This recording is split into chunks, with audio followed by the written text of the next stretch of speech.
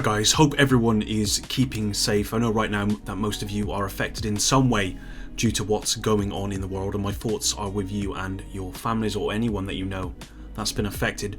Warlords has been out nearly a week now, and for all of its strengths, it does have some weaknesses, and I think the devs may wish to consider either changing or adding to improve the experience. I have taken your suggestions on board, guys, so thanks very much for answering my community post recently. Today we're going to look at 5 changes Division 2 needs for Warlords of New York, so let's begin. So number 1 is exotic roles. Now the drop chance for exotics, they're very low, and that's not such a bad thing. I believe that if you play on heroic, the chance of an exotic to drop is around 7%. That's not confirmed, but that's what kind of everyone is saying. And that is reduced when you choose, an easier difficulty, down to about 1%, I believe, for story mode. Now, personally, I think the exotic drop chance should be low on all difficulties. Although, as you have seen in a recent video of mine, I'd prefer some exotics to drop from guaranteed challenges rather than just RNG. We had that before Warlords of New York when we had to make the Nemesis and other things like that, which I actually really enjoyed, and I'd like to see that perhaps return. I guess having a low chance means that when these exotics do drop, though, it comes as a surprise, which is a good thing. However, just like other drops in the game, you really have to get very lucky for a good roll, which again is determined by the difficulty level in which that exotic drops. But I do think this needs to be looked at. I believe exotics roll at the same range as the activity you're playing, but I think they just need to have an even higher minimum range roll than other gear or weapons in the game. Say for example you have a weapon drop in heroic, and the minimum weapon damage amount is, say, 60k, and the maximum is 75k. Okay, so that's the roll range. Just as a hypothetical example. Well, I think if you get lucky and the exotic, say, Lady Death SMG drops, and this weapon type would match the hypothetical one, this should have a minimum of, say, 70 instead of 60, so between 70 and 75. I'm sure you guys know what I'm trying to say here, even though I can't quite explain it as well as I'd like to. I've seen too many exotics drop for others, obviously not for me because I don't get anything, where the roll ranges are just far too low, and I just don't think that's fair for such a low chance.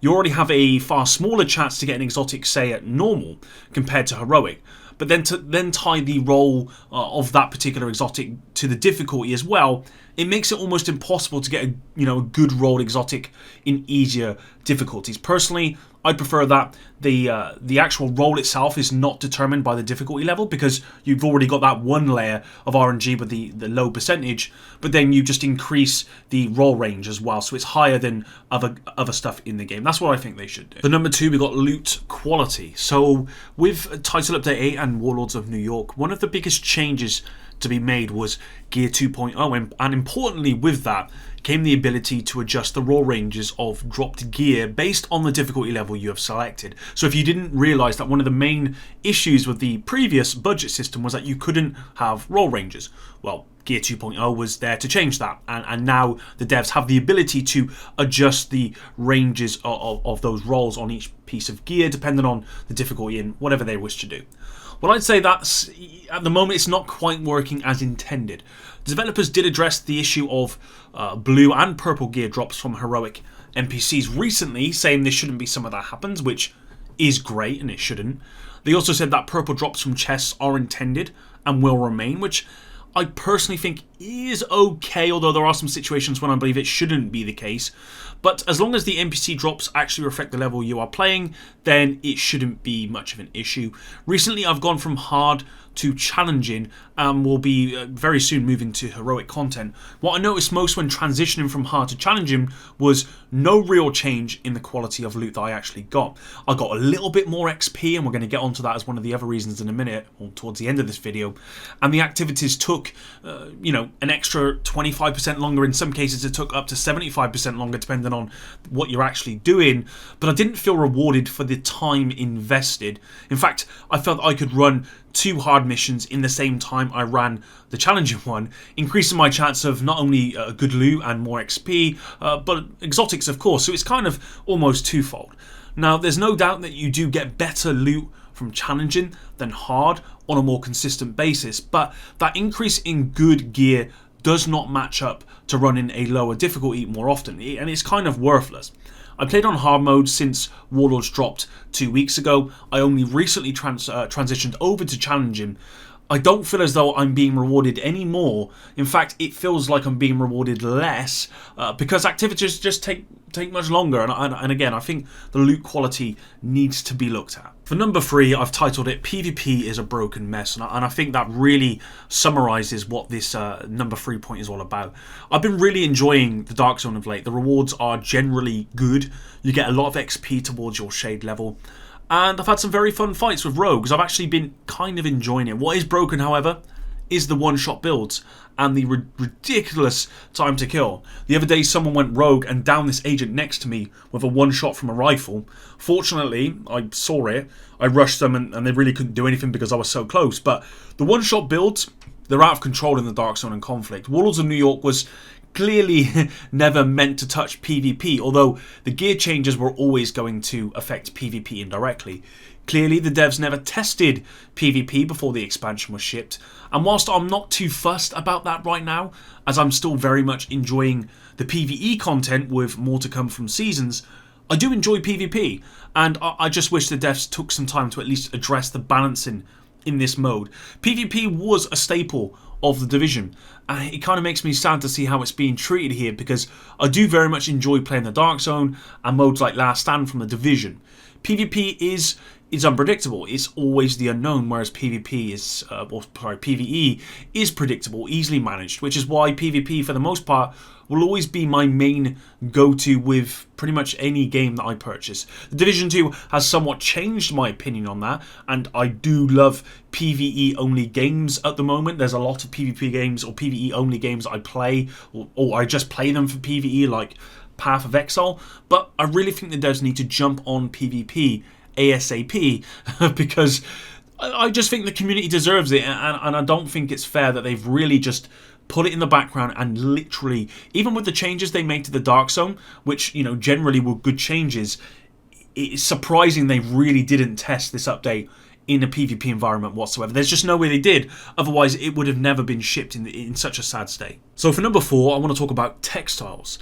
Now, I thought Textiles were going to be an amazing addition to the game, I really did, but it appears only the stuff people don't want within the store are actually purchasable using Textiles.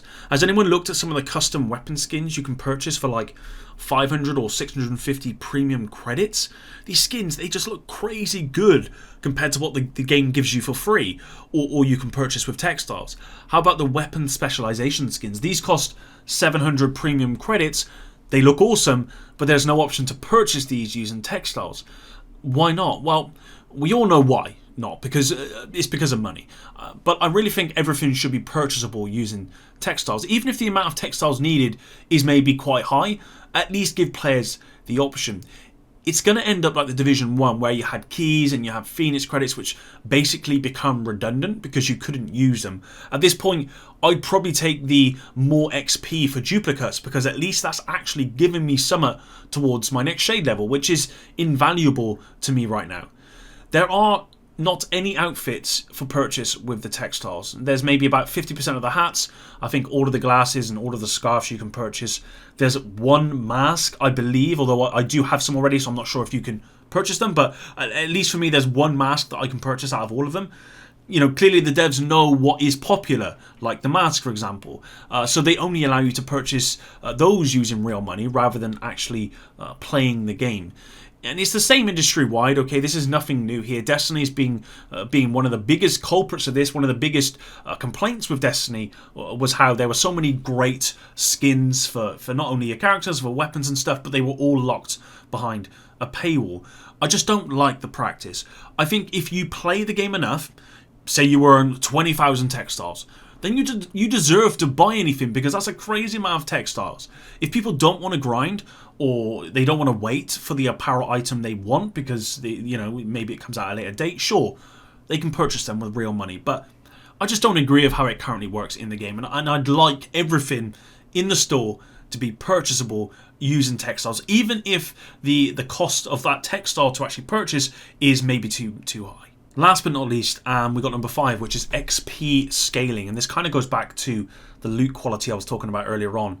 Now, I'm not sure if any of you guys have noticed, but the difference between, say, hard mode and challenging for XP, it's not that much. And yet, the difficulty for some people is vast. I've seen some people say that going from hard to challenging is like night and day. I personally not experienced that for myself. I think challenging is certainly harder than hard, right? But I don't think it's such a wide gap that it's stupid, whereas some people feel that way, okay? So why then is there any need to run a higher difficulty if you're not being rewarded for XP, if you're not getting the increased XP in order to do it? Well, we've already established that loot quality appears to be maybe an issue, but I think XP scaling is on that list too. In fact, I ran Federal Bunker or Federal Bunker Reserve, I can't remember what it's called, on hard, and I got about 256k XP at the end of it. When I ran it on challenging, it took me like 75% longer, but I only got an additional like 100k for XP. So it would have been more efficient to run hard twice. So, you know, I'd have had probably a higher chance to get an exotic because I'd have ran it twice. I'd have had a higher chance to get better loot. I'd have got more loot, which gives me more stuff, which just gives me a better chance to get named stuff. And I would have got all of that stuff. It would have taken me, I'd have done that twice. At the same time it would me to run challenging. And right now with seasons and shade levels to rank up, efficiency is key for most people, certainly when it comes to experience, which is why we've got a lot of people jumping on, you know, the shade level, the glitch, which is I believe is being fixed soon. I just think this needs to be looked at, just like the loot quality at harder content. You shouldn't be able to run hard twice in the same time it takes you to run challenging, and thus get more experience for doing so. It should be on par. In fact, you should get more for challenging. Even if it takes you longer, you should get more for challenging than you do for running hard twice. That's what I think. That's the point of going up levels. It's harder, but you're rewarded for doing so, and this applies to XP, this applies to all of that stuff, the amount of loot you get, because I don't think at the moment, at least from what I can tell, I don't think the drop rates change on NPCs based on difficulty. I could be wrong, but I don't think they do. Well, maybe that's something they need to consider. If you're doing higher difficulty, there's more chance for drops because you're doing harder difficulty and you need to be rewarded for that. But I don't know what the fix is. I just think when it comes to the loot quality and the XP scaling, I think it needs to be addressed, because I don't feel as though when you go up a level, it's really worth it. That's it for today's video though, guys, and I appreciate not every one of you is going to agree with me. Some of you guys left so many comments that I just simply would be here all day going over stuff that I think need to be changed, and ultimately all I'm trying to do is give you guys and myself the best experience playing this game. This is at the service of the community, really, and hopefully you guys understand that. I hope you're all keeping safe, you know, washing your hands, all of that good stuff. Thanks very much for all of your support, and until the next one, guys, epic out.